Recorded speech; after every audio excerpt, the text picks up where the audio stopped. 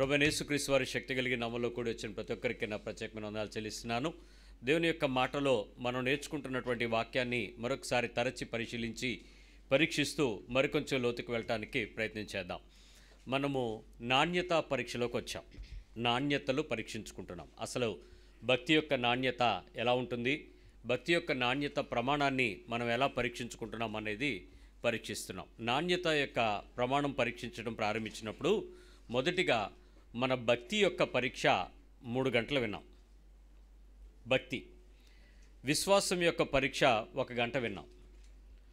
ప్రేమ క్రియల గురించి 11 గంటలు విన్నాం. దైవభక్తి గురించి 10 గంటలు విన్నాం. విధేయత గురించి 13 గంటలు విన్నాం. 13 గంటలు వెరసి 38 గంటలు మన నాణ్యతను పరీక్షించుకున్నాం. 38 గంటలు అంటే 1 అవర్ మెసేజ్ చొప్పున 38 గంటల మెసేజ్ మనం వింటున్న కొలది మన భక్తి యొక్క నాణ్యత ప్రమాణం ఏమైనా పెరిగిందా, పెరగలేదా? ఏమన్నా ఇంప్రూవ్ అయ్యామా, ఇంప్రూవ్ అవ్వలేదా? అదొకసారి పరీక్షించుకోండి. ఎందుకంటే ఆ ప్రమాణము గనక, ఆ నాణ్యత గనక అభివృద్ధి పొందకపోయినట్లయితే మీరు వినుమట్టు వారముగా ఉండి దాన్ని అనుసరించమట్టు వారముగా కాక దేవుని ఉగ్రతకు పాలవుతాం. విన్నందువల్ల నష్టం ఏంటంటే ఎక్కువ లెక్క చూడబడతాం, ఎక్కువ పరీక్షించబడతాం, ఎక్కువ పరిశోధించబడతాం. బాగా చెప్తున్నారని వింటే కొద్దీ బాగా లెక్కలోకి వచ్చి తీర్పులో పడిపోతాం. కాబట్టి పరీక్షించుకుంటూ దేవుని యొక్క మాట యొక్క జీవంలోనికి వెళ్ళటానికి ప్రయత్నించేద్దాం. ఈరోజు మనం మరొక భక్తి విశ్వాసపు నాణ్యత పరీక్షలో 6వ విషయానికి వస్తున్నాం. మరి మొదటి 5 గుర్తుపెట్టుకోండి. భక్తి, విశ్వాసం, ప్రేమక్రియలు, దైవభక్తి, అలాగే విధేయత నేర్చుకున్నాం. 6వ విషయం వాక్యానుసారమైన జీవితం. ఈరోజు నుంచి మనం వినే పరీక్ష ఏంటి? వాక్యానుసారమైనటువంటి జీవితాన్ని ఎట్లా జీవించాలి, ఎలా జీవిస్తున్నాం, నిజంగా దేవుని యొక్క వాక్యం వింటున్న మనం వాక్యానుసారమైన జీవిత క్రమంలో ఎలాంటి ఆసక్తిని మనిషి కనపరుస్తున్నాడు అనేది పరీక్షించుకుందాం. ఒక్కసారి ఈ మాట వింటున్నప్పుడు మీకెవరికైనా వాక్యానుసారమైనటువంటి జీవితం అనంగానే వాక్యము వింటున్న దాని ప్రకారం చెయ్యాలి అని అనిపిస్తుందా, చెయ్యక్కర్లేదు అని అనిపిస్తుందా? చెయ్యాలి అని అనిపిస్తుంది. చెయ్యటానికి ప్రయత్నం చేస్తూ ఓడిపోతున్నామని ఎంతమందికి అర్థమవుతుంది? ప్రయత్నం చేసేవాళ్ళకి అర్థమవుతుంది. ట్రై చేస్తున్నాం కానీ మేము స్ట్రగుల్ అవుతున్నాం కానీ అసలు ఏమాత్రం రీచ్ అవ్వలేకపోతున్నాం, వీఆర్ అబ్సల్యూట్గా ఫెయిల్ అవుతున్నామని కొంతమందికి అనిపిస్తుంది. ప్రయత్నం చేస్తూ కూడా కొన్ని చోట్ల మీరు సక్సెస్ అయినప్పుడు మీ హృదయం ఏమైనా కొంచెం గర్వంగా ఉందా? అమ్మయ్య, ఈ రోజుకి, ఇవాళకి, ఈ విషయానికి నేను అమ్మయ్యా అనిపించిందా? అనిపించిందా లేదు ఎవరికి? Very good. అనిపించినట్లయితే దేవుడు మిమ్మల్ని ఏమంటాడంటే అక్కడ సాటిస్ఫై అవ్వదంటాడు. అది ప్రారంభం మాత్రమే. ఇక అక్కడి నుంచి నెక్స్ట్ పెట్టుకు నువ్వు లెగ్గకపోతే కుదరదు అని అంటాడు. మీరు ఎక్కడైనా అమ్మయ్య అనుకుంటే కుదరదు, ముందే చెప్తున్నాను. Okay, right. ఇప్పుడు భక్తిలో ప్రయత్నిస్తూ ఓడిపోతున్నట్లు తెలిసిపోయింది, ప్రయత్నం చేస్తుండా గెలుపు వస్తుందనేది మనకు తెలిసిపోతుంది. ఈ రెండింటి మధ్యలో నేను చేసే స్ట్రగుల్ అంటే నేను భక్తి యొక్క వాక్యానుసారమైన జీవితానికి ప్రయత్నం చేసే ప్రయత్నంలో నాలాంటి ప్రయత్నం చేసే ఎవరినైనా మీరు చూడగలుగుతున్నారా? అంటే నీలాగా నేను ఎఫర్ట్ పెడుతున్నాను, నేను ట్రైల్ వేస్తున్నాను, నేను స్ట్రగుల్ అవుతున్నాను, కష్టపడుతున్నాను. అట్ ద సేమ్ టైం అవతల మరొక వ్యక్తి అలాగే స్ట్రగుల్ అవుతున్న వ్యక్తి ఎవరైనా మీకు కనబడుతున్నాడా? మీకు ఎవరు కనిపించట్లేదా? మీరు ఎలా స్ట్రగుల్ అవుతున్నారో అలా స్ట్రగుల్ అవుతున్న వాళ్ళు కనపడలేదా? ఎప్పుడు చూడలేకపోయారా? మీరు చూస్తే చూసామని చెప్పండి, చూడకపోతే చూడలేదని చెప్పండి. మీ ఇంట్లో కనపడుతుంటారు. అంటే మీరు ఒకళ్ళు భక్తి చేయడం మొదలు పెడితే ఇంకొకరు ఊరికే చేసావు కానీ అంటే వాళ్ళకి తెలియదు. ఇంకొకళ్ళు ట్రై చేస్తూ వాళ్ళకి సిన్సియర్గా ట్రై చేసే వాళ్ళకి అర్థమవుతుంది అంటే ట్రై చేస్తున్నారు, ఎఫర్ట్ పెడుతున్నారని తెలుస్తుంది. అట్లా మీకు ఎప్పుడైనా తెలుస్తుందా? తెలిసిన వారికి ఆత్మీయ నేత్రాలు తెరవబడ్డాయని అర్థం. మీ స్పిరిచువల్ ఐస్ ఓపెన్ అయ్యాయి. ఇంకా మీరు చూడలేకపోతున్నారు అంటే మీ భౌతిక నేత్రాలతో మీరు భక్తిని చూస్తున్నారు తప్ప మీ ఆత్మీయ నేత్రాలు తెరవబడలేదు. మీరు ప్రకృతి సంబంధమైన పురుషులే తప్ప ఆత్మ సంబంధమైన వ్యక్తులు కాలేదు, ఇంకా మారలేదు, రూపాంతరం చెందలేదు. అంటే ఆ స్ట్రగుల్ పడుతున్నటువంటి వ్యక్తులను మీరు గుర్తించలేకపోవటం మీ దౌర్భాగ్యపు క్రైస్తవ జీవితం అని చెప్పాలి. దౌర్భాగ్యం, రైట్. ఎప్పుడైనా మీరు స్పిరిచువల్ లైఫ్లో స్ట్రగుల్ అవుతూ అవతల వ్యక్తులు ప్రయత్నం చేసేటప్పుడు మీరు ఎప్పుడైనా హెల్ప్ చేయాలని అనిపించిందా? ఆ స్ట్రగుల్లో ఉన్నోడికి లేపాలి అని ఎప్పుడైనా మీకు ట్రై చేయడానికి ఎప్పుడైనా మీ మనసు ప్రేరేపించబడిందా? ఎందుకు వచ్చిన గొడవ? అసలే ఇండియన్స్ ఒక కప్పు పైకెళ్తే 10 కప్పలు లాగేస్తే మనం ఏమన్నా చెయ్యిస్తే మన లాగి పడేస్తారు, ఎందుకు వచ్చిన గొడవ దూరంగా ఉండాలనిపిస్తుందా? హెల్ప్ చేయాలని ఏమన్నా స్ట్రగుల్ అనిపించిందా? చేశారా? అవతల వ్యక్తిని లేపడానికి, పడిపోతున్న వ్యక్తిని లేపడానికి ఎప్పుడైనా ప్రయత్నం చేశారా? ఈడ్చి లాక్కొచ్చి మన మతంలో దూరుద్దామని కూర్చుతున్నారా? బైబిల్ ఏం చెప్పిందో తెలుసా? 1, 2 సముద్రాలు కాదట, 7 సముద్రాలు దాడతాడంట మన మతంలో కలుపుకోవడానికి. కాబట్టి వాడు తెగ ప్రయత్నం చేస్తాడు. అలాంటి ప్రయత్నాల గురించి చేసే వ్యక్తి బైబిలే చెప్పింది కాబట్టి మీరు చేస్తారు. నేను అది కోరుకోవట్లా. ఆత్మీయంగా ఒక మెట్టు ఎదగడానికి తిప్పలు పడుతున్న ఒక వ్యక్తికి సహాయం చేయటానికి నా వంతు కృషిగా నేను ఎప్పుడైనా ఏ విషయంలోనైనా నా ఇంట్లో కానీ బయట కానీ పరిస్థితుల్లో కానీ హెల్ప్ ఎవరికైనా చేయగలిగానా? మీరు చెప్పే భక్తి కబుర్లు ఆడకండి. భక్తి కబుర్లు ఏంటి? మేము ప్రార్థనా సాయం చేస్తున్నాం, ఉపవాస సాయం చేస్తున్నాం, విజ్ఞాపనలు చేస్తున్నాం, ఇవన్నీ సొల్లు వదిలేయండి. ఆ మాటలు మీరు చెప్పేవాళ్ళు ఆ స్థాయిలో నేను చెప్పే విషయాన్ని మీరు పూర్తిగా అర్థం చేసుకునే స్థాయికి ఎదుగుతారు. ప్రార్థనలు చేసేవాళ్ళు అందరూ కూడా మోసగాళ్లే. వాళ్ళు ప్రార్థనలు వెనుక ఉద్దేశానుసారమైన సమాధానం కొరకు ప్రార్థన చేస్తారు తప్ప వ్యక్తితో సంబంధం కొరకు ప్రార్థన చేయరు. దేవునితో సంబంధం వేరు, దేవుని దగ్గర ఉన్న వాటిని తెచ్చుకోవడానికి చేసే ప్రార్థనలు వేరు. ఈ ప్రార్థనలకు అలవాటు పడ్డవాళ్ళు దేవునితో సంబంధం ఉండదు. చూసుకోండి, వాళ్ళకి సమాధానాలు విపరీతంగా వస్తాయి. ప్రార్థన చేసిన అన్నిటికీ తెచ్చుకుంటారు. వాళ్ళు భూ సంబంధమైన ఇహపరమైనటువంటి వాటి కొరకు మాత్రమే క్రీస్తుని పట్టుకొని నిత్యత్వము లేక పరలోక సంబంధం కొరకు ఏమాత్రము ఆశ లేని వాళ్ళకి భూమి మీద బోల్డ్ సమాధానాలు వస్తాయి. అలాంటి సమాధానాలు తెచ్చుకునే ప్రార్థనా పనుల గురించి నేను మాట్లాడట్లేదు. వాళ్ళ క్రిస్టియానిటీలో వాళ్ళకు వేరే కేటగిరీ, వాళ్ళని వదిలేసేయండి. వాళ్ళని చూసి మీరు భక్తి వెంబడించకండి. రైట్. ఇప్పుడు నేను చెప్పినటువంటి విషయాలన్నీ మీరు గుర్తు చేసుకుంటే దేవుని యొక్క భక్తి, దేవునితో చేసే భక్తి యొక్క జీవితం యొక్క నాణ్యతలో వాక్యానుసారము చేసే స్ట్రగుల్ కొన్ని సందర్భాల్లో మాత్రమే మనకి కొన్ని విషయాలను తీసుకొస్తుంది. ఎఫ్సి పత్రిక 4వ అధ్యాయము 24వ వచనంలో భక్తుడు చాలా వేదంతో చెప్పబడిన ఒక మాట చదువుదాం. ఎఫిషియన్స్ 4:24 నీతియు యథార్థమైన భక్తియు గలవారై దేవుని పోలికగా సృష్టింపబడిన నవీన స్వభావమును ధరించుకొనవలెను. నేను భక్తి చేసి ఎదుగుతున్న కొద్దీ నా లోపల ఏం రావాలంట? ఏ స్వభావం కావాలి? నవీన స్వభావం దేంతో కలిపి ఉండాలి? నీతి యథార్థమైన భక్తి గలవారై దేవుని పోలికగా. ఇక్కడ నేను నవీన స్వభావం ధరించుకుంటే కుదరదు. నా లోపల ఇంకో పోలిక రావాలి. నీతి శరీర సంబంధమైనది, యథార్థమైన భక్తి మనిషి సంబంధమైనది, మనుషుల మధ్యలో చూపించేది. పశువులకి భక్తి చేస్తూ ఉంటారు. నేను ఎక్కడో చూశాను, కోతి హనుమంతు టెంపుల్లో బొమ్మ చుట్టూ తిరుగుతూనే ఉంది. ఓ పాము శివలింగం మీదకి ఎక్కి కూర్చునే ఉంది. ఒక కుక్క అనుకుంటా ఏదో గుళ్ళోకి వెళ్ళి అది తిరుగుతూ ఉంది చుట్ట.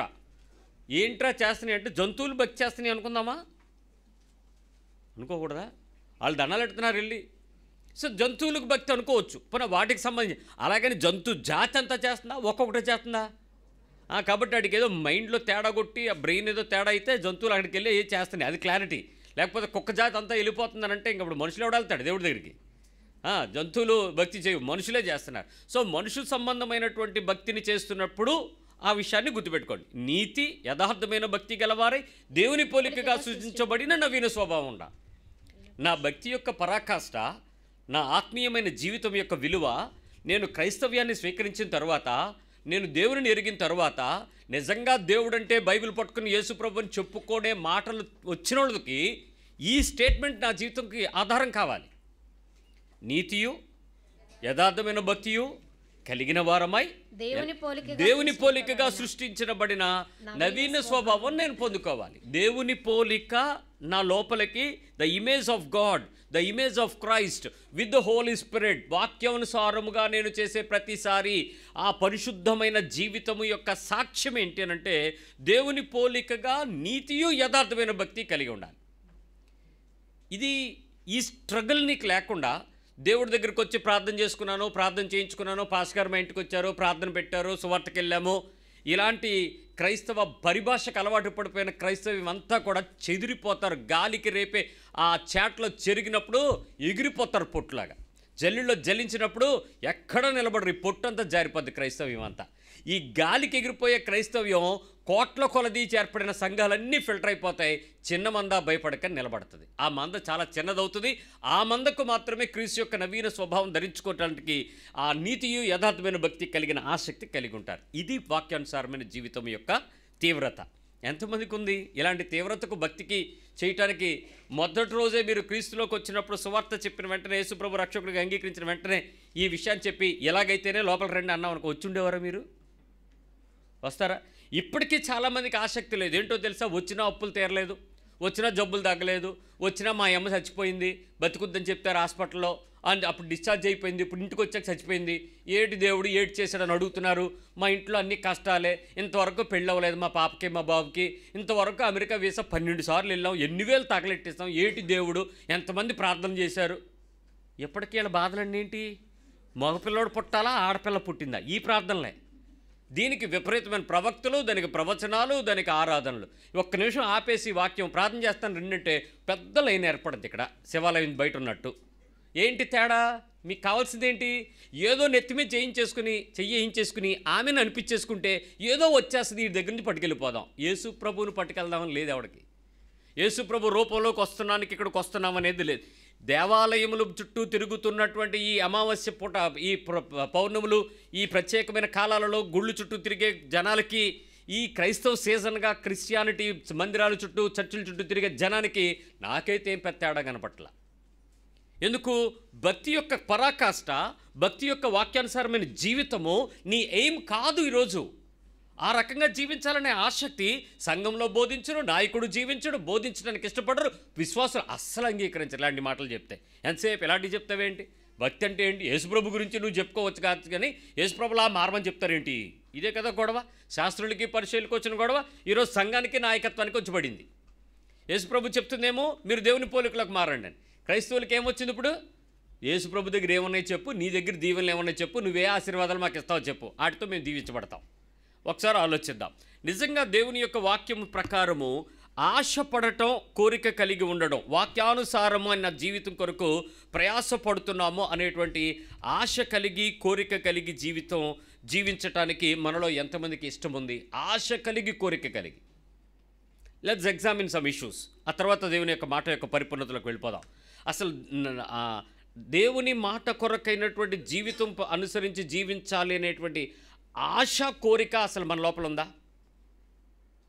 ఆశ కలిగిన ప్రాణాన్ని, ఇప్పుడు నిజంగా ఈ ఆశ కలిగిన ప్రాణాన్ని తృప్తిపరుచుతాను అనే వాగ్దానం రేపు 31 రాత్రి కర్మగాలి నీకు వచ్చింది అనుకో, నీ దరిద్రం పిచ్చి పీక్కెళ్తే అలాగే వస్తాయి. వచ్చి భక్తి ఎక్కువైపోయి పడేసుకున్నావు అనుకో, అప్పుడు నీ ఆశ ఏంటి చెప్పు? పెళ్ళి, ఇల్లు, ఒళ్ళు, ఇయే కదా. ఇప్పుడు భక్తి యొక్క పీక్ రండి. దేవుని కొరకైనటువంటి జీవితం కొరకైనటువంటి ఆశ కలిగి ఉన్న ప్రాణాన్ని దేవుడు తృప్తిపరుస్తాడు. అది వాక్యం. దేవుని కొరకు, దేవుని నిమిత్తము, అంతే, దేవుని నుండి కాదు, దేవుని దగ్గర నుంచి తెచ్చుకునే వాటి గురించి కాదు ఆ వాక్యం. సో వచనాలను పట్టుకుని వాక్యాన్ని వదిలేస్తే, వచనము యొక్క సందర్భాన్ని పట్టుకోకుండా వచనంలో ఉన్న అక్షరాలను పట్టుకుంటే చచ్చిపోతాం. దేవుని మాట నుంచి వ్యతిరేకత అయిపోతుంది. దేవుని యొక్క వాక్యమును బట్టి వాక్యానుసారమైన జీవితాన్ని వృద్ధి పొందించుకుందామనే ఆసక్తి ఎప్పుడైనా వచ్చిందా? డెవలప్ అవుదాం, స్పిరిచువల్ ఎన్రిచ్మెంట్, స్పిరిచువల్ డెవలప్మెంట్ అవుదామని ఎప్పుడైనా ఆశ కలిగిందా? వాక్యములో నేను అభివృద్ధి పొందుతాను, వాక్యానుసారమైన జీవితంలో నేను అభివృద్ధి పొందగలను. ఒకవేళ ఈ సంవత్సరం తర్వాత ఆ అమ్మాయి నిన్ను ప్లేస్ ఖాళీ చేయి అన్నావు అనుకో, నెక్స్ట్ వాళ్ళు వస్తారు. నెక్స్ట్ వాళ్ళు వచ్చి ఏం చేస్తారు? ఆ ప్లేస్లో వాక్య సహాయము, వాక్య పరిచర్య, వాక్య రెఫరెన్స్లు చెప్తారు, దానికి ఎదుగుతారు. వాక్యానుసారమైన జీవితంలో ఎదుగుతారా? అభివృద్ధి ఏంటి? వర్డ్ విన్నాము, దీని ప్రకారము నేను ఎన్హాన్స్ అయ్యాను, దీని ప్రకారము నేను వీటిని పెంచుకున్నాను, వీటి ప్రకారము నేను జీవించడానికి యోగ్యతను పెంచుకున్నాను, నా ప్రమాణం పెంచుకున్నాను. ఇది కదా కావాలి, రైట్? దేవుని యొక్క మాటను బట్టి వ్యక్తిగతంగా అనుభవించడానికి, దేవుని మాట వ్యక్తిగతంగా అనుభవించడానికి ఎంతమంది ఇష్టం కలిగి ఉన్నారు? Word, I should taste the flavour of the word. కొన్ని ఫ్లేవర్స్ మనకిష్టం ఇంట్లో, పులుపు, తీపి, ఉప్పు, కారం, మసాలా, బిర్యానీ స్మెల్, ఫ్లేవర్స్ మనకిష్టం. వర్డ్ తాలూకా యెహోవా ఉత్తముడని అంటే ఏ రుచి చూడాలి చెప్పండి? జిలేబియా? మరేంటి?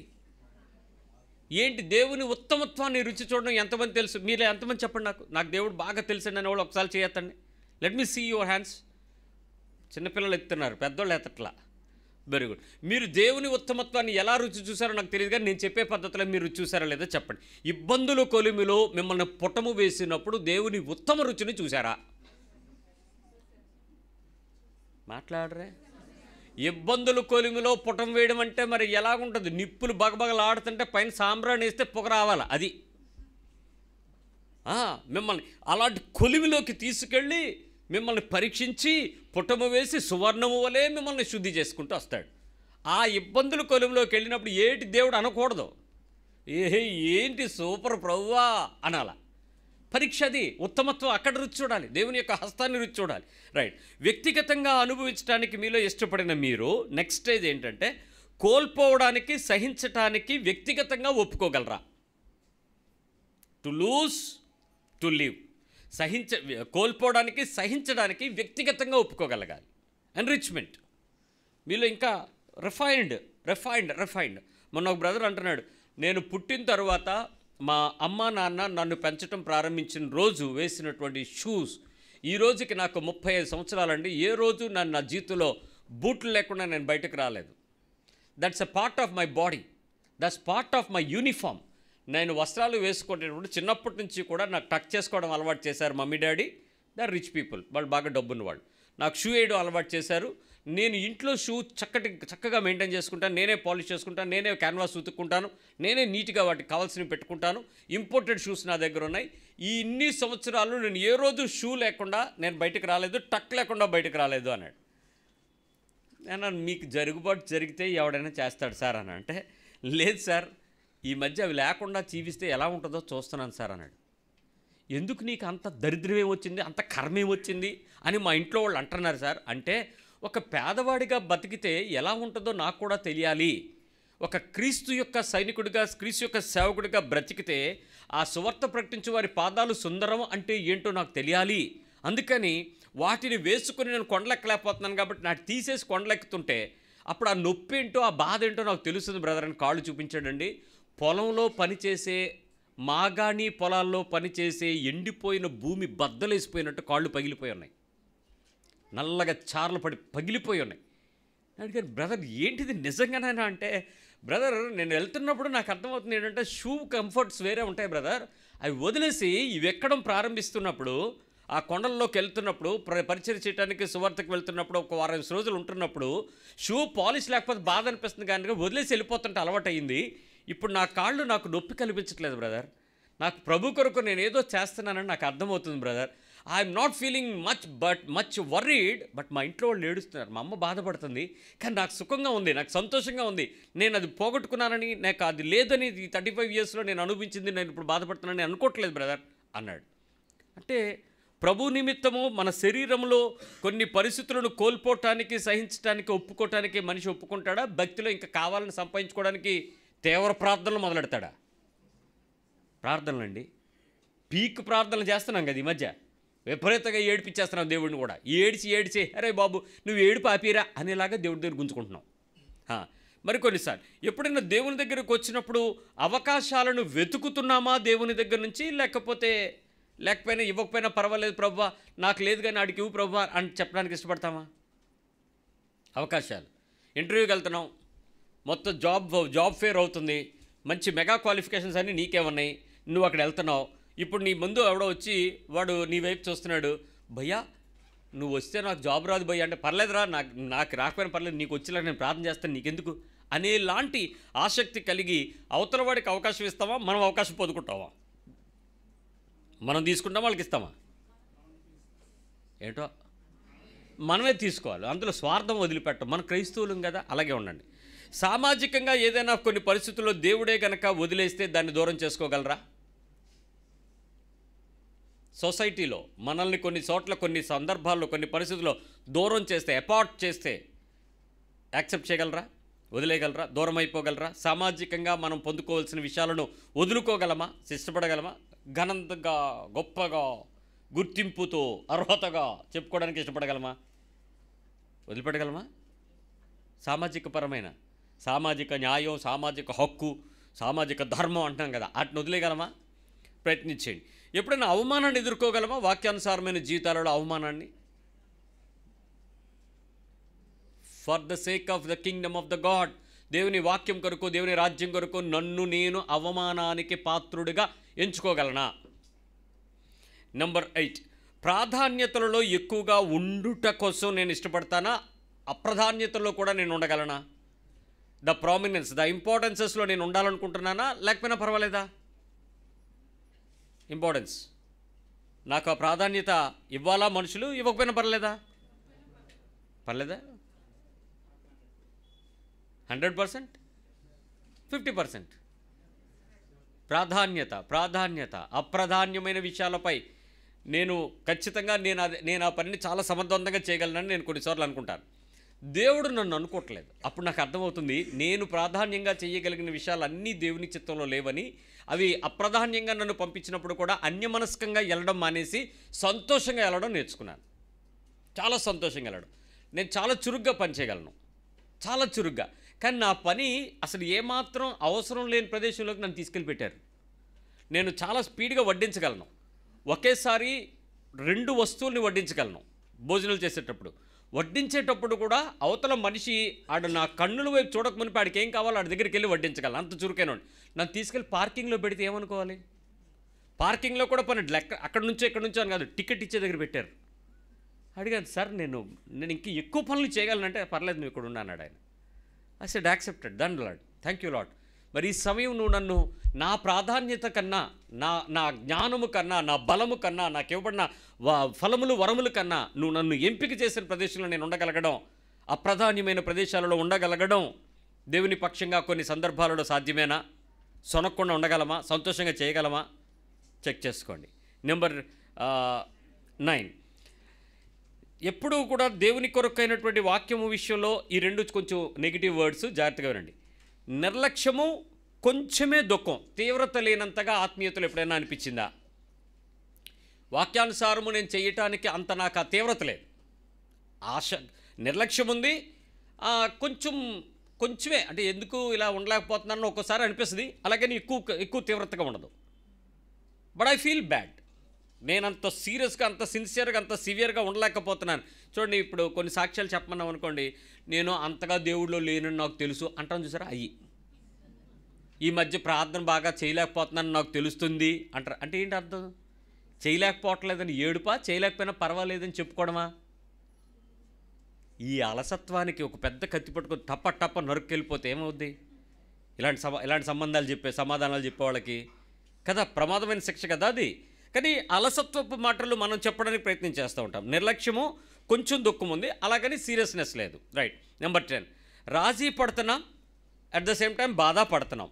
వేదన లేదు, పశ్చాత్తాపం లేదు. అలా ఎప్పుడన్నా భక్తిలో అనిపించిందా? వాక్యానుసారం జీవించడం విషయంలో నేను రాజీ పడుతున్నాను, వాక్యానుసారం జీవించలేకపోతున్నాను, కాంప్రమైజ్ అవుతున్నాను. వరల్డ్లో సిచ్యువేషన్స్కి తగినట్టు, పర్సనల్ సిచ్యువేషన్స్ తగినట్లు, ఫ్యామిలీ సిచ్యువేషన్ తగినట్లు I'm compromising my self. True, 100% satisfy చేయలేకపోతున్నాను. అట్ ద సేమ్ టైం చేయలేకపోయానన్న విషయం వెంటనే తెలుస్తుంది. I feel pity of it my self. బాధపడుతుంది, నేను చాలా దుఃఖం కలుగుతున్నాను. కానీ దాని విషయంలో నాకు చేయలేకపోతున్నాననే వేదన లేదు, అయ్యో నేను ఇలా చేసేస్తాననే పశ్చాత్తాపం కూడా లేదు. అలా ఎవరైనా ఉన్నారా? నేను 10 విషయాలు చెప్పాను. ఈ 10 అంశాలలో ఎవరికైతే దేవుని యొక్క భక్తి చేస్తున్నామో అనే వాక్యానుసారమైన జీవితం కొరకు ప్రయాస పడని స్థితి ఉందో, ఈ 10 ప్రశ్నలు నువ్వు సమాధానం వెతుక్కోవాలి. అసలు నేను భక్తికి వెళ్తున్నానా, శక్తిని ఆశ్రయించడానికి వెళ్తున్నానా, దేవునిని పట్టుకుంటున్నానా, దేవుని యొక్క రాజ్యమును వెతుకుతున్నానా, ఆయన నీతికి నిలబడుతున్నానా, తద్వారా నేను సంపాదించుకోవాల్సినవి సంపాదించుకుంటున్నానా, లేదా సంపాదించుకోవడానికే వెళుతూ దేవునితో ఉన్నానని భ్రమపడుతున్నానా? ఇక్కడ మీరు తెలుసుకోండి. అవుట్ ఆఫ్ ఈ 10 ఇష్యూస్ ఈ డిజైర్ యాక్చువల్గా నీది స్పిరిటా, ఫ్లెషా, ఆత్మ, శరీరం అన్నది తేలిపోద్ది. రైట్. ఈ పోలికతో ఈ మాట వినటానికి నీవు వాక్యానుసారమైన జీవితం కొరకు ఎంత రోషం, పౌరుషం కలిగి బతుకుతున్నావో తెలుసుకుందాం. ఇప్పుడు నెంబర్ 1 విషయానికి వచ్చేద్దాం. రోమపత్రిక 12వ అధ్యాయము 1-2. This is the exam for Christian peak. అసలు క్రిస్టియానిటీ అంటే దేవుని వాక్యం కొరకు జీవించాలనుకునే ఏ ఒక్కరికైనా ఈ వచనము ప్రకారము, ఇక్కడ నుంచి నేను చెప్పబోయే వచనాల ప్రకారమైనటువంటి పరిస్థితికి నువ్వు పీక్గా నిలబడతావు అంతే. రోమన్స్ 12:1-2. కాబట్టి సహోదరులారా, పరిశుద్ధమును దేవునికి అనుకూలమైన సజీవ యాగముగా మీ శరీరములను ఆయనకు సమర్పించుకొనుడని దేవుని వాత్సల్యమును బట్టి మిమ్మల్ని బతిమాలుకొనుచున్నాను. ఇట్టి సేవ మీకు యుక్తమైనది. మీరు ఈ లోక మర్యాదను అనుసరింపక ఉత్తమమును, అనుకూలమును, సంపూర్ణమును అయ్యున్న దేవుని చిత్తమేదో పరీక్షించి తెలుసుకొనున్నట్లు మీ మనస్సు మారి నూతన మగుట వలన నూతన మగుట వలన రూపాంతరం పొందుడి. ఎంత కాలంలో మీరు ఈ 2 పనులు చేస్తారో? 1 and 2. నెంబర్ 1, 2 విషయాలు ఉన్నాయి. సజీవ యాగముగా మీ శరీరాలను దేవునికి అనుకూలమైనట్లుగా ఏం చేయాలి? అప్పగించాలి.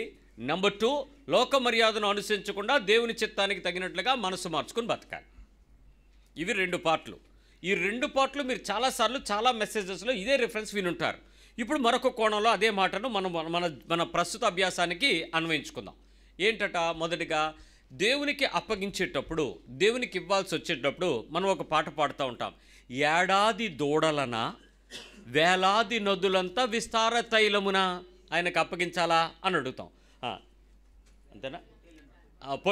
ఏడాది పొట్టేళ్లనా అని అడుగుతాం. దేవుని కొరకు అప్పగించే దూడ కానీ, పొట్టేలు కానీ, లేకపోతే గొర్రెపిల్ల కానీ ఇవ్వాల్సి వచ్చేటప్పుడు సంవత్సరం కంటే తక్కువ ఉన్నది ఇవ్వడానికి వీల్లేదు. అది పాలు మాంచేదిగా ఉండి ఇతర ఆహారాలు తినటానికి వెళ్ళకూడనిదై ఉండాలి. రెండోది, దానికి ఇచ్చేటప్పుడు, దేవునికి బలిగా అర్పించేటప్పుడు, ఏ పశువునైనా ఇచ్చేటప్పుడు మచ్చ కానీ, కళంకం కానీ, అంగవైకల్యం కానీ, లేక ఏదైనా భాగము శరీరంలో జబ్బుపడి కానీ ఉన్నది తేకూడదు. దేవునికి ఇచ్చేటప్పుడు ది పర్ఫెక్ట్ ఉన్నది తెచ్చి ఇవ్వాలి. మొన్న మా దగ్గరికి మందిరానికి 2 వస్తువుల్ని ఒక ఆవిడ తీసుకొచ్చి ఆవిడ బాగా సంశయంతో నిలబడి నుంచునుంది. నేను అన్నాను, ఏంటమ్మా వెయిట్ చేస్తున్నావేంటి అన్నట్టు, నా కోసం అనంటే, బాబు మీకోసమే కానీ ఒక సంక వచ్చింది, దాన్ని తీర్చుకుందామని వచ్చాను అంది. ఏంటి చెప్పు అన్నాను. అంటే, బాబు ఆనపకాయ పాదేశాను, కాసింది, ఫస్ట్ కాయ వంకరగా వచ్చింది, అది ఇవ్వటమా మాంటమా దేవుడికి అని టెన్షన్ వస్తుంది, అదేమో మంచిదిగా రాలేదు, ఇప్పుడు ఏంటి చేయటమో నాకేం పాలుపోకుంటుంది, అయినా ఫస్ట్ది కదా తెచ్చేసాను, నువ్వు ఓకే అంటే దేవుడి దగ్గర పెడతాను, లేకపోతే దాన్ని పట్టుకుపోయి నేను తింటమో అమ్మటమో ఏదో చేసుకుంటాను, అది నీ ఇష్టం బాబు అంది. Very good. మరి ఒకటేనా? ఇంకోటి ఏదో అన్నావు ఏంటి అని అంటే, కోడిపిల్ల బాబు, అది మరి 8 పెట్టింది, దానిలో నుంచి ఒకటి దేవుడిది అనుకున్నాను, అది తీశాను, అది కూడా తీసుకొచ్చాను, అది మరి మీ కోళ్ళతో పాటు దాన్ని కూడా పెంచేసుకోండి అంది. సరే మంచిది. ఇప్పుడు మంచిది తీసుకోవటానికి ఇష్టపడుతున్న మన మనసు ఆ కుక్కమూతిగా ఉన్నటువంటి ఆనపకాయ తీసుకుంటుందా, కోడిపిల్లని తీసుకుంటుందా?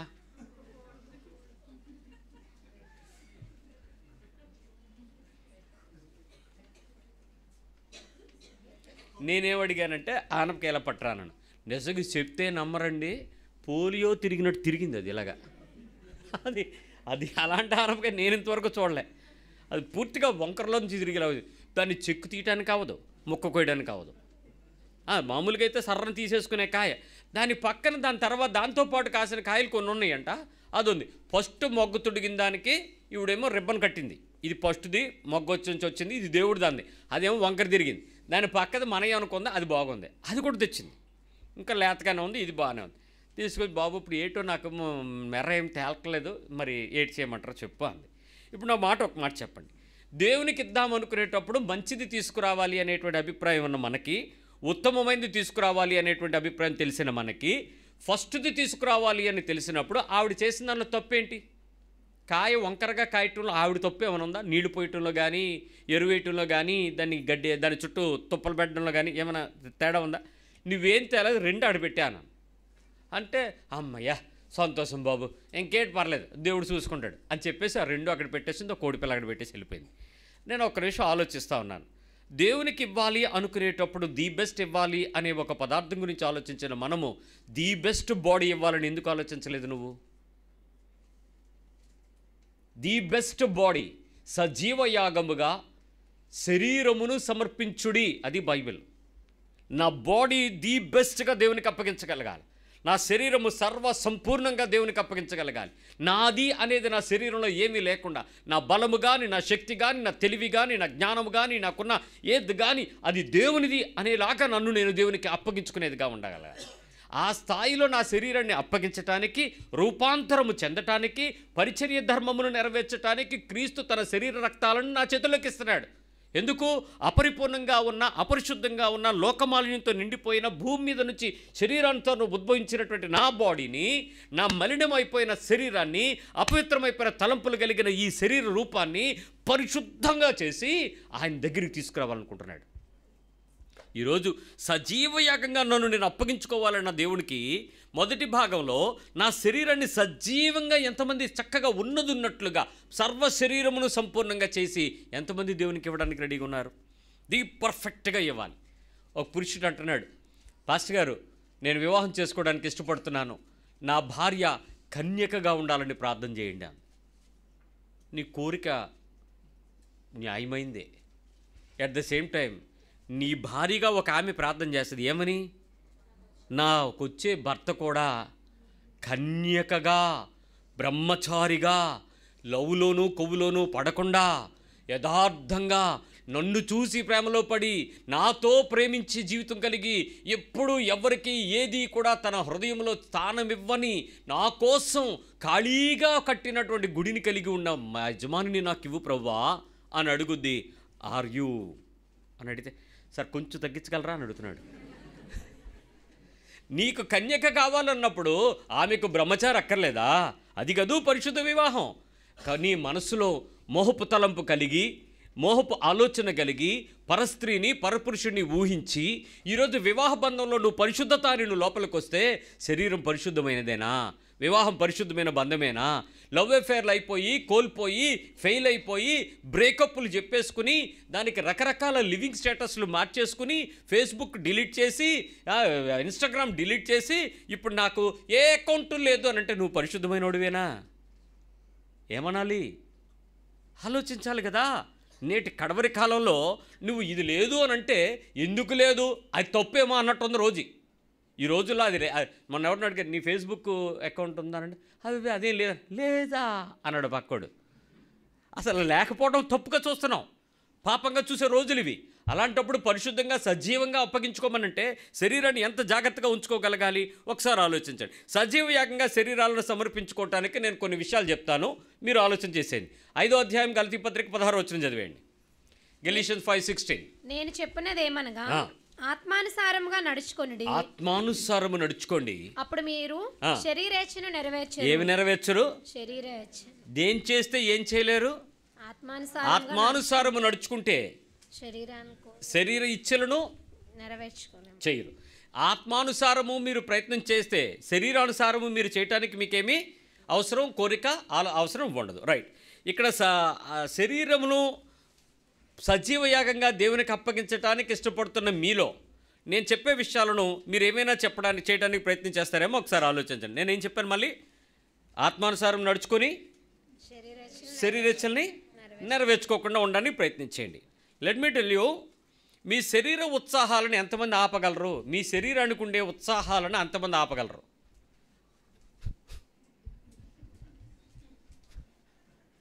కొన్ని ఉత్సాహాలు ఉంటాయి కదా, ఎంతమంది వాటిని కంట్రోల్ చేయగలరు? బాధపడకండి. ఆత్మానుసారం నడుచుకుంటే శరీరేచ్ఛలు ఏమవుతావు? ఆగిపోతాయి. సో అవి ఆగిపోవాలంటే ఇవి జరగాలి. ఏం జరగాలి? మొట్టమొదటిది శరీరేచ్ఛలను ఆపుకోవడం అని అంటే, మీరు బాధపడకండి, మళ్ళీ చెప్తాను, నీ పుట్టినరోజు సెలబ్రిటీ రోజు కాదు. ఎంతమంది ఆపగలరు? డబ్బులు లేక, బట్టలు కొనుక్కోలేక, కేక్ కొనుక్కోలేక మానేయకండి, అది కాదు. నా శరీరేచ్ఛ ఏంటి? నా శరీర ఉత్సాహం ఏంటి? నా శరీర ఉత్సాహంలో ఒక గొప్ప ప్రక్రియ ఏంటి? దేవుడు నన్ను భూమి మీదకు పంపించాడన్న ఒక్కడిని బర్త్డే రోజు నేను చూడలేదండి. ఒక్కడు బర్త్డే. ఇప్పుడు కొన్ని వేల ప్రార్థనలు చేసి ఉంటాను బర్త్డేలకి. ఫోన్లోనో డైరెక్ట్గానో కేకులు పట్టుకొచ్చో పప్పలు పట్టుకొచ్చో నా బర్త్డే అండి ప్రార్థన చేయండి అన్నవాళ్ళు నేను చాలామంది చూశాను. క్యాలెండర్ పెట్టుకుని నాకు కీకి అన్నప్పుడు కూడా మళ్ళీ నేను ఫోన్ చేసుకుని ప్రార్థన చేశాను, ఓరే బాబు నువ్వు పుట్టావట ఈ రోజు అని. అంటే ఒక ఆనందం కదా వాళ్ళకి. ఈ ఉత్సాహంలో దేవుడు నన్ను తన దగ్గర ఉన్న మనిషిని నన్ను భూమి మీద తీసుకొచ్చాడంటే నేను నమ్మకంగా ఉంచడం కోసం నాకు ఈ సంవత్సరం ఇచ్చాడని లెక్క అడిగాడండి. ఈరోజు లెక్కలో దేవుని చిత్తంలో ఒక సంవత్సరం నేను భూమి మీదకి వచ్చి లెక్క 22 సంవత్సరాలు అయింది, 23 సంవత్సరాలు అయిందని చెప్పినోడు ఒక్కడు లేడు నాకు. ఎవడున్నాడా? మీరు ఎప్పుడైనా లెక్కేసుకున్నారా? చెప్పరేమండి. మరి ఏంటి హ్యాపీ బర్త్డే? ఓ ఎర్రెక్కిపోతున్నారు దానికోసం. పొరపాటున ఎప్పుడని చెప్తా విష్ మీ యార్ వాట్ విష్ మీ యార్? What for I should wish you? నువ్వేం ఇన్వెంట్ చేసావని విష్ చేయాలి? ఏం కనిపెట్టావని విష్ చేయాలి, ఏమి సంపాదించావని విష్ చేయాలి, ఏమి పోటావని కొరకు చేసావని విష్ చేయాలి, ఏం లేవు. But I should wish you A happy many. ఎన్ని డేలు రావాలి? ఈ రోజులు మరలా చేసుకోవాలి. నా బిడ్డ పుట్టిన రోజులు ఎన్నో మరెన్నో. కవితలు బాగానే ఉంటాయి. శరీర ఉత్సాహాన్ని ఆపగలగటం, ఆత్మానుసారము నడిచేటప్పుడు శరీరేచ్ఛలను ఆగిపోవడం. How many people know my birthday? ఎందుకు నా బర్త్డే మీకు ఎవరికి తెలియదు? ఎందుకు దాన్ని సెలబ్రేషన్గా కాకుండా ఏ రోజు దాని విషయంలో ఎవరి మీ కూడా ఇది పలానా రోజు అని తెలియకుండా కూడా ఎందుకు బతకగలుగుతున్నాం రహస్యంగా? అంటే అది గుర్తించదగిందే. కానీ బైబిల్ చెప్పింది ఏంటో తెలుసా? నా జన్మదినం కంటే నా మరణ దినము మేలుగా మారుద్ది. నా డెత్ డే ప్రపంచానికి తెలుస్తుంది ఖచ్చితంగా. Yes or no? నా బర్త్డే తెలియదు ఎవరికి. Nobody knows when is my birthday. నా డెత్ డే ప్రపంచానికి ఒక మెసేజ్ డే. ఈ మనిషి ఈ రీతిగా బతికి ఈ రీతిగా చనిపోయాడు. అరే సూట్లు బూట్లు కేకులు వేసుకుని ఫ్లెక్సీల మీదకి ఎక్కి కింద మీద పడుతుంటే ప్రజలు శరీరోత్సాహాలను అదుపు చేసుకోలేని శరీరెచ్చలని నెరవేరుస్తున్న వ్యక్తి దేవుని చిత్తంలో సేవకుడు ఎట్లవుతాడు? దేవుని కుటుంబంలోని వ్యక్తికి ఎట్లా మారుతావు? సజీవయాగంగా నీ శరీరాన్ని దేవునికి అప్పగిస్తున్నావా? లోక మర్యాదను పొందుతున్న నీవు దేవుని దగ్గరికి అప్పగించుకోలేని వ్యక్తిగా మారిపోయావే. వాక్యానుసారమ జీవితం అంటే అదా? ఓకే. రెండోది, ఎప్పుడైనా ఎవరైనా నిన్ను గుర్తించకపోతే, ఘనపరచకపోతే శరీరం మూలుగుద్దా? మూలగలేదు. ఎప్పుడన్నా పట్టించుకోకపోతే ఎలా ఉంటుంది? ఫీల్ అవుతారా లేదా అడగండి మీ పక్క వాళ్ళని.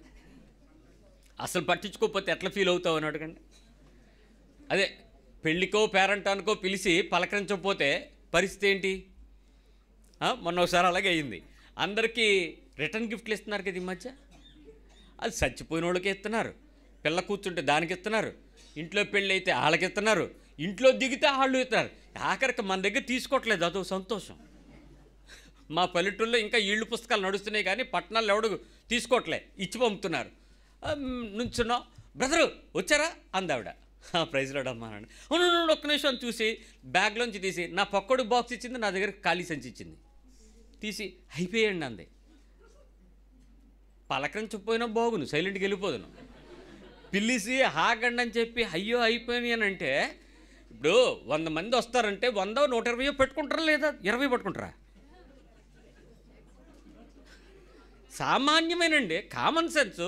100 మందిని భోజనానికి పిలిస్తే ఒక 120 130 మంది కన్నా పెట్టుకుంటాం. అంతేగాని 20 మందికి తెచ్చి 100 మంది సద్య అంత స్పూన్లు ఏమైనా మారుతారేంటి? ఈ మధ్య తెలుగులో ఎందుకంటే ఎవడు తింటాడు, అందరికీ షుగర్ అంటున్నారు. అందరికీ షుగరు అనగానే గాడి ఏంటాడు, కొంచెమే అంటున్నాడు. అలా చేయకండి, మనస్ఫూర్తిగా పెట్టండి. పెట్టేది ఏదని నన్ను అనేసింది ఆవిడ.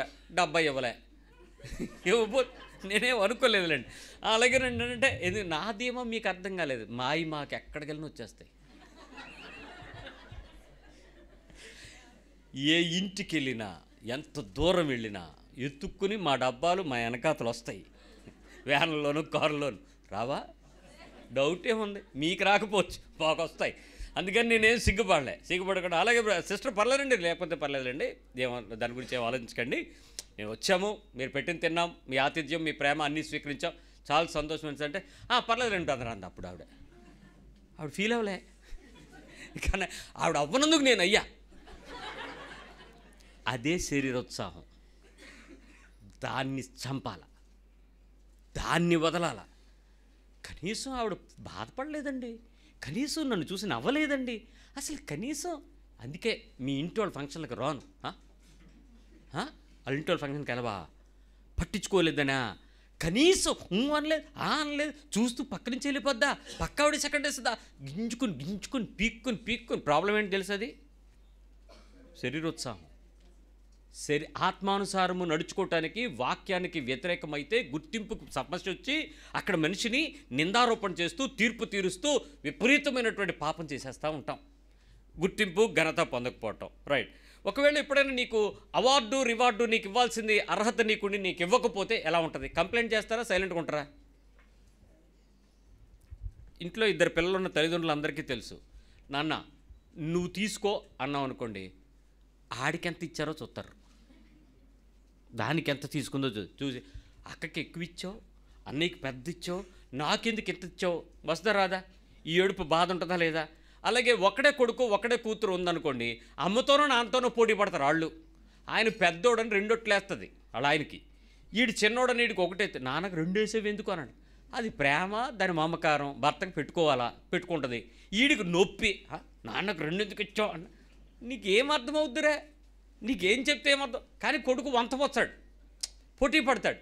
అలాగే అవార్డులు రివార్డులు దగ్గరికి వచ్చే సందర్భంలో మన అంతరంగంలో ఒక్కసారే పోటీ ఏంటి, వాళ్ళకెందుకు వచ్చింది, నాకెందుకు ఇవ్వలేదు, అసలు ప్రమోషన్ దానికి ఎలాగా, రాష్ట్రంలో లేదు కదా, అసలు దానికి ఈ పాయింట్ ఎలా వచ్చింది, అసలు ట్రాన్స్ఫర్ ఫస్ట్ దానికి ఎలాగ ఇచ్చారు, అసలు ముందు అసలు అలా కాదు, నాకెందుకు ఇవ్వలేదు, నాకెందుకు రాలేదు.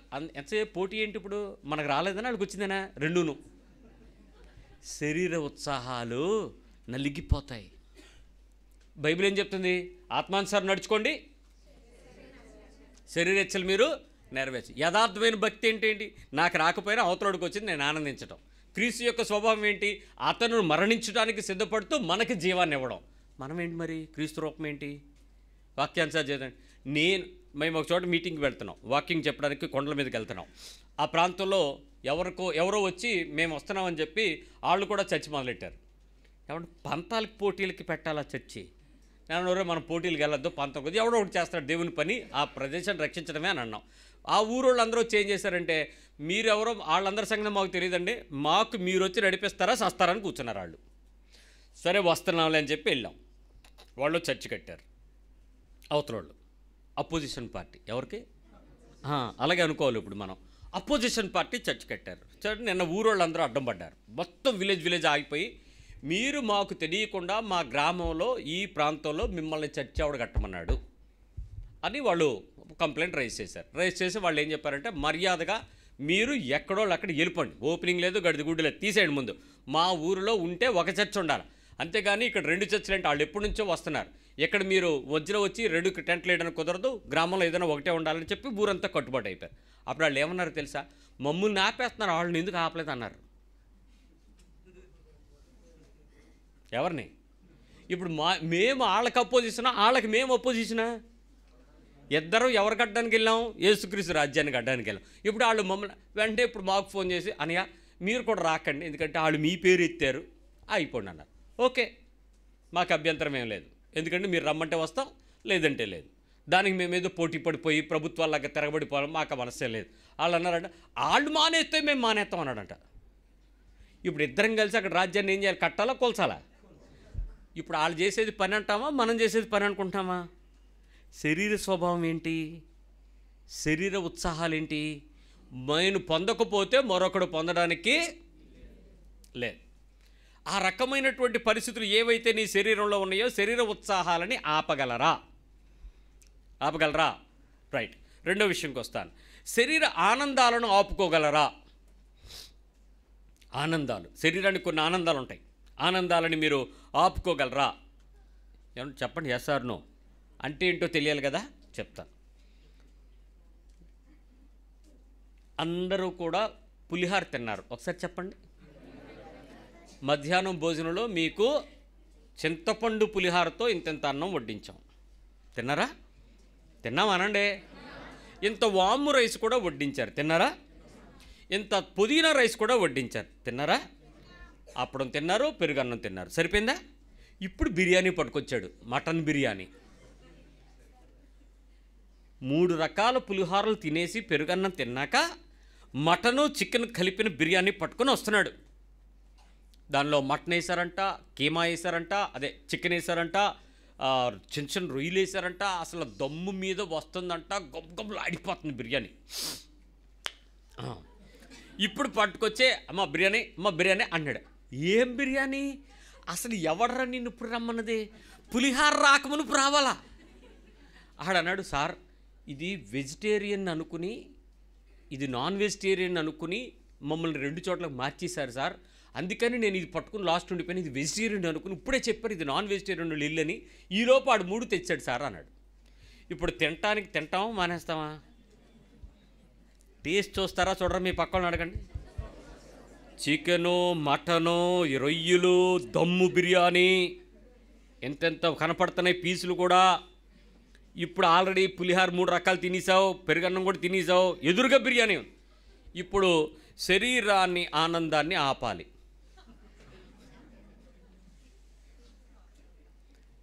నేను చూస్తున్నాను, మీరు పాడైపోవడం కాక ఈ పిల్లలందరినీ పాడు చేసి పడేశారు. ఈ పిల్లలు పాడైపోతున్నారు. వీళ్ళకి కనీసం వైట్ రైస్ తెలియట్లేదు. ఫంక్షన్కి వస్తే బిర్రీ తే అంకుల్ హెయ్ అసలు పెద్దోడు పోటీకి తినేస్తున్నారు. ఒక్కొక్కడు పీసులు లేవా? అరే వీడికి పీస్ అంటే ఏంటి తెలిసిపోయింది. ఇంత పొట్టకి ఇంత బిర్యానీయా అంటాడు. వచ్చే అమ్మా రాయమ్మ, ఏంటి వీళ్ళు అమ్మని పిలుస్తున్నాడు. నేను దగ్గరికి వెళ్ళండి, ఏమైందిరాని జిప్పుతీ బకెల్తీ బెల్ట్ బకెల్ ఊడదీస్తే కానీ ఆడు కూర్చుని మళ్ళీ తినడం మొదలెట్లా. నీ దన్నవరా, ఏంట్రా నీకు మీ తల్లి మీ తండ్రి ఏం నేర్పుతున్నారా? ఫంక్షన్కి వెళ్తాను కొంపలో ఎప్పుడూ కూడా దాని రుచి తెలవనట్టు ఫంక్షన్కి వెళ్తే దాన్ని అంతు చూసేస్తున్నాడు బేసిన్ ఒక్కొక్కడు. మీకు దన్నం. బయటికి వెళ్ళినప్పుడు మితంగా తినాల, వెనకాతోడికి ఉంటుందో లేదో అన్నట్టు తినాల, మరొకరికి వడ్డించడానికి అవకాశం ఉండేటట్టు తినాలా. అంతేగాని వెనక ముందు నాకు అనవసరం, రాత్రిది కూడా ఇప్పుడే తినేస్తానని తినేస్తే ఏమనాలి? తోసుకుని తినేస్తున్నాడు ఒక్కొక్కడు. మీరు చూడండి ఫంక్షన్లో మీ పక్కన కూడా ఎలా తింటూ ఉంటాడు. 4-5 సార్లు వెళ్ళిపోతుంటాడు అక్కడికి. బిర్యానీ థే థే ఆపుకోగలరా? శరీరానందాన్ని ఆపగలమా? ఆ టైంలో ఎలా ఉంటుంది? ఆల్రెడీ పులిహోర తిన్నాం, ఓ పక్క వెళ్ళిపోయింది. అప్పుడు ఎక్కడ తోస్తారో తెలుసు, ఒంటికి నీళ్ళకి దోసుకోవడానికి కడుపున్నట్టు దీనంతట్లో మూలకు తోసి మళ్ళీ బిర్యానీ దింపుతారు. పానీయాలు తాగడం, తాగే దగ్గర కూడా మనం ఎంతవరకు కంట్రోల్లో ఉండగలం? అక్కడ రకరకాల సోడాలు పెడుతున్నారు ఫ్రీ. అసలు ఆ పదమే ఎంత సంపుకుంటుందో. ఏంటా పదం? ఫ్రీ.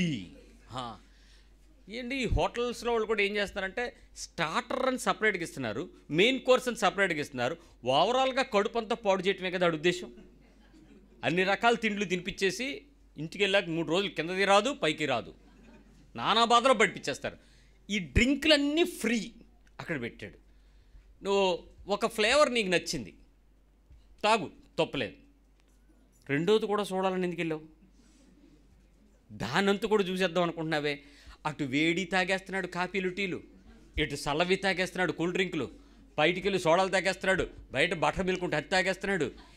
ఏది తాగడానికి ఆపలేకపోతున్నామే మనిషిని. ఆ సేవనానికి, ఆ తాగడానికి ఫ్రీ అనగానే ఏముంటుంది? కాసేపు అలాగెళ్ళడం, టాయిలెట్ ఎక్కడ, వాష్రూమ్ ఎక్కడ ఎత్తుక్కోవడం తప్పేటి? కొంచెం తాగొచ్చు కదా. శీతాకాలం ఫుల్లు తాగాడు, వాష్రూమ్ ఎక్కడ అంటే 100 మంది ఉన్న దగ్గర ఒక వాష్రూమే ఉంటుంది, చచ్చిపోతాం మరి అలాగా. తాగాడు ఏంటి బాధ? ఏమంటే కంట్రోల్ ఉంచగలరా? తాగడం ఆపగలరా? సేవనం ఆపగలమా? అంటే 4 అయ్యేటప్పటికి టీ పడకపోతే ఏదో అయిపోద్ది, అది వేరే విషయం. ఆ తాగుబోతుడి లక్షణం నీకు కూడా ఉంది. తాగుబోతుడికి ఏమవుద్ది? పొద్దున్న షాప్ తీసేటప్పుడు బయట ఉంటారు. మా ఇంటి దగ్గర ఉంది ప్రసాద్, ప్రభుత్వ సారా దుకాణం, అక్కడ ఆగుంటుంది. జనాలు అక్కడ తెల్లారిపాటుకుంటారు. ఏంట్రా అంటే టీ కొట్టోడి దగ్గర కూడా ఉంటారు. పల్లెటూరుకు రండి 4 గంటలకే, 3:30-4కే కాంతం లేకపోతే ఈడే రాజి పెట్టేస్తాడు స్టవ్ అంతా. అది లేసేటప్పుడు పొయ్యి దగ్గర కడిగి ఉంటాడు. పెట్టి తొందర పెట్టాను, ఆ 4 చుక్కలు పడిపోవాలి. మనకు కూడా అంతే కదా. కాఫీ పాలు రాలేదు, డికాస్ నెట్టే, బుర్ర ఉప్పు వచ్చేది నెట్టే. శరీరానందాన్ని ఆపగలమా తాగడం విషయంలో? రైట్, తాగలేము. రైట్, రుచులను కంట్రోల్ చేసుకోగలమా? టేస్ట్. నాలుకే ఉన్నదే జిహ్వ రుచులతో వాసన. రుచులను ఆపు చేయటం శరీరానందాన్ని ఆపగలం. Whatever may be the taste, flavours, రుచులు. ఆ రుచులకు దాసులం అవుతున్నాం. రుచులను కంట్రోల్ చేయగలమా? ఆపగలమా? ఏదో తిన్నాంలే అన్నట్టు తినొదిలేయాలి. అంతేగాని తిన్నామా దాని సంగతి చూసేయాలని చెప్పి కేజీ స్వీట్లు కూర్చు తినేస్తుంటే ఏమనాలా? ఏమంటే ఇంకా దేవుడి దేవాల షుగర్ రాలేదండి, అలా తిను అంటే తింటే రాదు. తిన్న తర్వాత దానికి తగిన క్యాలరీలను ఖర్చు పెట్టేలాగా నడకో, పరిగెత్తటమో, లేకపోతే మెట్లెక్కి దిగడమో లాంటి పనులు చేయకపోతే వచ్చి తీరుద్ది. ఫుల్గా పెంచితే ఏమవుతుంది రాక. సో రుచులను కంట్రోల్ చేయగలగటం, రుచిగా ఉందని చెప్పి ఎక్కువ తినడం, రుచిగా ఉండదు కాబట్టి ఫ్రిడ్జ్లో దాయమని రేపుడు కోసం కొంచెం రిజర్వ్ మెయింటైన్ చేయడం, రేపు లేకపోతే ఎల్లుండి తిందాం తర్వాత తిందాం అనేటువంటి ఇటువంటి ఆలోచనలు రుచులపై విజయం పొందుకోగలిగామా లేదా ఆలోచించండి. నెక్స్ట్, బాధపడకండి, నేను మళ్ళీ చెప్తున్నాను, ఆనందాలు నాపుకోవటానికి ఎలా ఉంటుందో చెప్తాను. నిద్రను కొంత కంట్రోల్ చేయగలమా?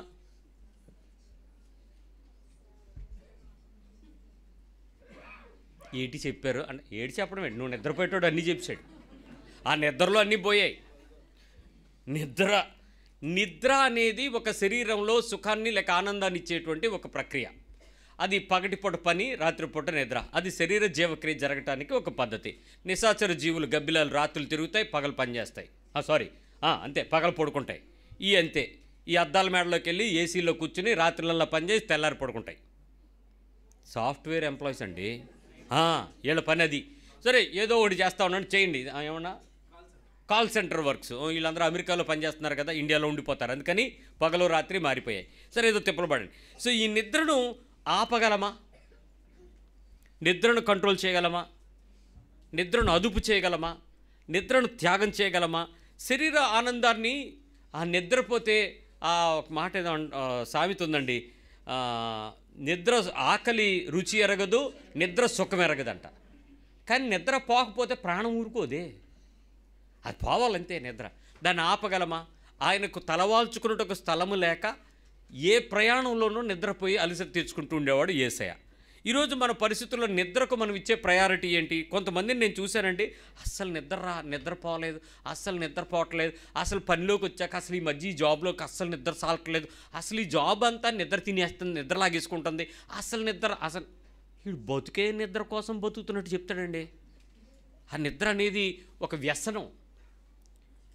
అది నిద్రపోవటం అవసరం, కానీ నిద్రపోవటాని కోసమే బతకడం వ్యసనం. ఏ చిన్న ప్రయాసపడిపోయినా అమ్మా కొంచెం నడుము వాల్చాల, ముసలోడు నడుము వాల్చాడంటే ఆ నడుము వాలిపోయిన దాన్ని కర్రట్టుకుని లెగుతాడు. నువ్వు లేకవే, ఏమనాలి నిన్ను? నిద్ర, దాన్ని అదొక వ్యసనం. నిద్రను అదుపు చేయలేకపోవటం. భోగాలను అదుపు చేయగలమా? కొన్ని భోగాలు ఇవన్నీ శరీరానందాలు. కొన్నిసార్లు మనకు ఉంటుందండి, ఆ భోగం ఏమనుభవిస్తున్నాడు రా, ఏమనుభవిస్తుందిరా అంటాం కదా, వాటిని వదులుకోగలగాలి. కొన్ని భోగాలు జరుగుబాట్లు భలే ఉంటాయి, వాటిని వదిలేయగలగాలి. ఏం లేదు, భోగాన్ని సింపుల్ ఎగ్జాంపుల్లో చెప్తాను. రిజర్వేషన్ సీటు చెప్పండి ఒకసారి అందరూ. నువ్వు ఎక్కేటప్పటికే నీ సీట్లో ఒకడు కూర్చున్నాడు, చెప్పండి. కొంచెం జరగండి అన్నాడు, ఆడే నిన్ను. సీట్ ఎవరిది? భోగం ఎవరిది? ఇప్పుడు రాత్రి అంతా ఎలా కూర్చుని వెళ్ళాలి, ఎలా పుడుకుని వెళ్ళాలి అన్నది నీ ఇష్టమే. పోనీ అది వందే భారత్ సీట్ అనుకోండి, అది ఇంకా లగ్జరీ సీటు, మనిషికి ఒకటే ఉంది, అలా కూర్చున్నాడు, చైర్ కార్.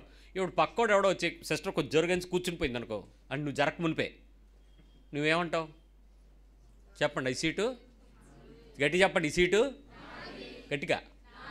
అంటే నాది అంటే రైల్వే నీదే, సీట్ నీదే అంటే ఎప్పటికి నీది? ఆ ఒక్క పూటకే కదా రిజర్వేషన్ ఉన్నది, ఆ రోజుకే కదా.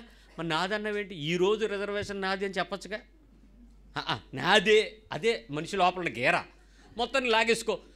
ఆమె జరగమంది కదా, మరి కూర్చుని పోయింది కదా, నీ కాలు నొక్కేస్తుంది కదా, కొంచెం జరిగి కూర్చొని రండి సిస్టర్ రండి అనేసి యేసు ప్రభులాగా చోటిస్తావా, తోసేస్తావా? ఏం చేస్తా చెప్పండి? ఆన్లైన్ కంప్లైంట్లు పెడుతున్నారట ఈ మధ్య. టీటీకి రైల్వే మినిస్టర్కి ట్వీట్ చేసిందంట, ట్వీట్, నా సీట్లో ఇంకోటి కూర్చుందని. వెంటనే నెక్స్ట్ సీట్లో పోలీసు వాళ్ళు వచ్చి ఏం జరిగిందని వెతికి ఈవిడిని చూస్తే కంపార్ట్మెంట్ A2 A3 ఏవో 2 మారినాయి అంట. ఈవిడేమో డబాయించేస్తాను నాదనుకుని చూసుకోలే ఈ సిస్టర్. మొత్తానికి అమ్మ నీది A3లో ఉంది, నువ్వు A2లో కూర్చున్నావు అని చెప్తే, ఓ సారీ సిస్టర్ అందంట. అలాగుంటుంది, మాతో పెట్టుకుంటా అందంట. ఏటో పెట్టుకుంటే భోగం వదలగలమా? కొన్ని భోగభాగ్యాలు వదలగలమా? వదలమే, ఇష్టపడమే, మనది మనమే అనుభవించాలి కదా, వదిలిపెట్టండి. కొన్ని బహుమతులు వదలగలరా? కొన్ని గిఫ్ట్స్ వదిలేయగలరా? గిఫ్ట్ అంటే నీ అర్హతను బట్టి వచ్చేదా, నీకు కృపను బట్టి ఇచ్చేదా? కృపలో మన దగ్గరికి వస్తుంది. దాన్ని పొందుకోవటానికి అర్హత లేకపోయినా మనకి ఇచ్చిన వాడు మనకు బహుమతి ఇస్తాడు. అలాంటి కొన్ని గిఫ్ట్స్ మనం వదులుకోవటానికి, మన ఆనందాన్ని వదులుకోవటానికి ఇష్టపడగలమా? చాలా ఇష్టపడం కదా. అంటే ఈ క్రిస్మస్ సీజన్లో చాలామందికి మరి గిఫ్ట్లు ఇస్తాం. మంచివి ఇస్తారా, ఏదో ఒకటి ఇస్తారా? ఇస్తే మంచిది ఇవ్వండి. చీరలు ఇస్తాను అంటున్నారు కదా, చీరలు ఇస్తే మీరు కొట్టుకునే చీరలు ఇవ్వండి, కట్టుకోలేని చీరలు ఇవ్వకండి. ఏదో చీర ఇచ్చామనే పేరుకి ఇచ్చేలాగా ఇచ్చేకండి. అలా మీరు అనొచ్చు, నేను 5,000 కొట్టుకుంటాను ఇమ్మంటావా అంటే అది మీ ఇష్టం. ఇస్తే 5,000 కొట్టుకునే వాళ్ళు లాంటి వాళ్ళకి ఇస్తాం. అంటే ఏ రకంగా ఇవ్వాలనుకుంటామో ఆ బహుమతి అనేది అక్కడ ఉంది అనేటప్పుడు, అది తీసుకునేటప్పుడు, అది పొందుకునేటప్పుడు అది నాకు అర్హత అనేటట్టుగా కాకుండా, నాకు అది లేకపోయినా పర్వాలేదని ఇలాంటి పరిస్థితికి బహుమతి కోల్పోగలమా? ఆ రిసీవింగ్ ఎండ్లో ఉన్న మనం దాన్ని వదులుకోవడానికి ఇష్టపడగలదా? మనసు యాక్సెప్ట్ చేస్తుందా? భోగము, రైట్. అలంకరణలు వదులుకోగలమా? అర్థం కాలేదా? రేపు పొద్దున్న చూస్తాను. ఏం మస్సు? క్రిస్మస్సా? అయితే అంటే నిన్న అలాగ ఉండవు, ఈరోజు అలాగే ఉంటావు, కానీ నిన్నటికి ఈరోజుకి ఎందుకు మారిపోతావు? క్రిస్మస్కి ఎందుకు మారిపోతామంటే అదంతే. రంగు వేసుకుంటాం, మెహందీ పెట్టుకుంటాం, మెహందీ కాదు ఏంటది, పేడ, హెన్నా పెట్టుకుంటాం, రకరకాల ముల్తానీ మట్టి ఎక్కిస్తాం, రకరకాల మట్లు ఎక్కించి రకరకాలు రుద్దుకుని ఏదో చేసేస్తాం మొత్తానికి. ఏంటి ప్రత్యేకత అంటే, నా శరీరాన్ని నేను ఏం చేయాలి? అందంగా అలంకరించుకోవాలి.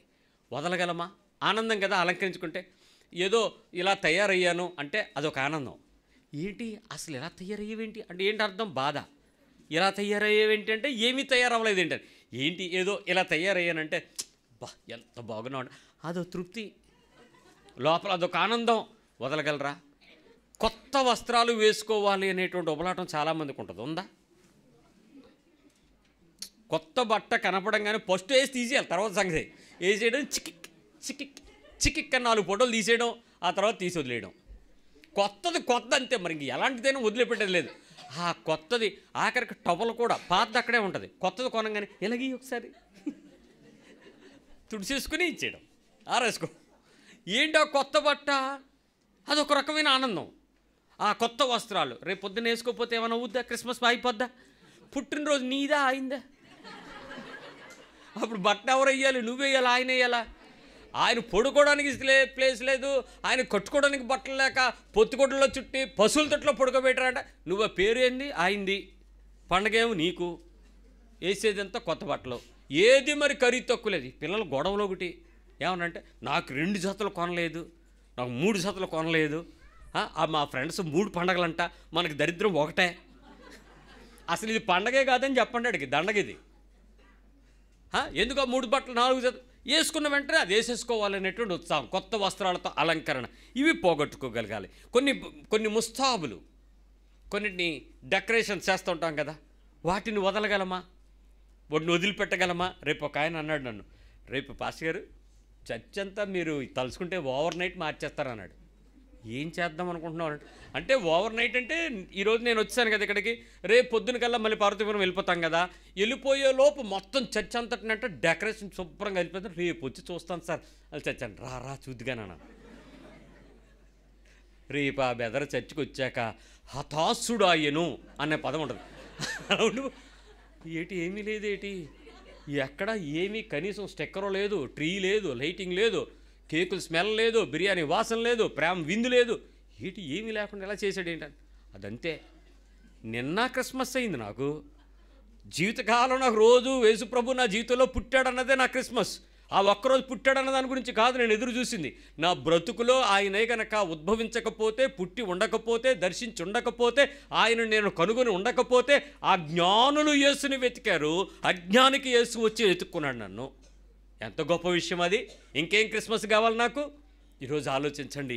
ఏ రోజైతే నీ బ్రతుకులో శరీర ఆనందాలను నువ్వు ఆపుకోగలుగుతావో,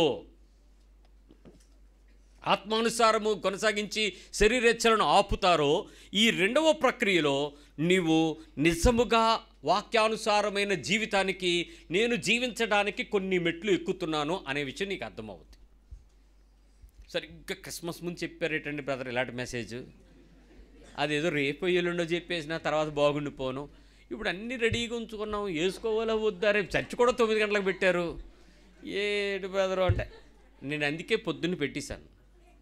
మధ్యాహ్నం నుంచి వేసుకు తిరుగు, తిను, తాగు, ప్రాణమా సుఖించు, ధరించు, సంపాదించు, ఉంచుకో, దోచుకో ఏమన్నా నిన్ను. కానీ వాస్తవంగా నీ గెలిచే గెలుపు కోసం ఆరాటపడే మొదటి వ్యక్తిని నేనే.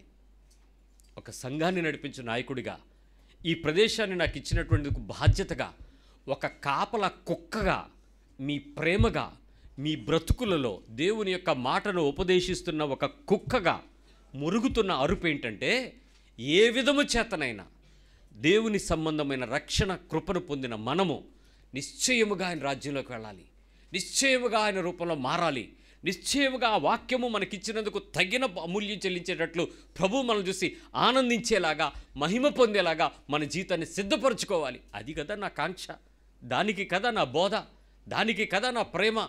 ఈరోజు నీ మాటల్లో ఎక్కడైనా సరే శరీరమును సంబంధమైనటువంటి పరిస్థితులు సజీవయాగంగా అప్పగించట్లో కానీ, మరి ఆ మొదటి విషయంలో ఈ భాగాన్ని మనం ఎలా గెలవలేకపోతున్నామో ఒకసారి ఆలోచన చేసుకుందాం. ఈ పరిస్థితిని ఇంకా ఇంకా ఇంకా గెలవడానికి దేవుని కృప దగ్గరకు వద్దాం, దేవుని ఉద్దేశం అడుగుదాం, ప్రార్థన చేద్దాం.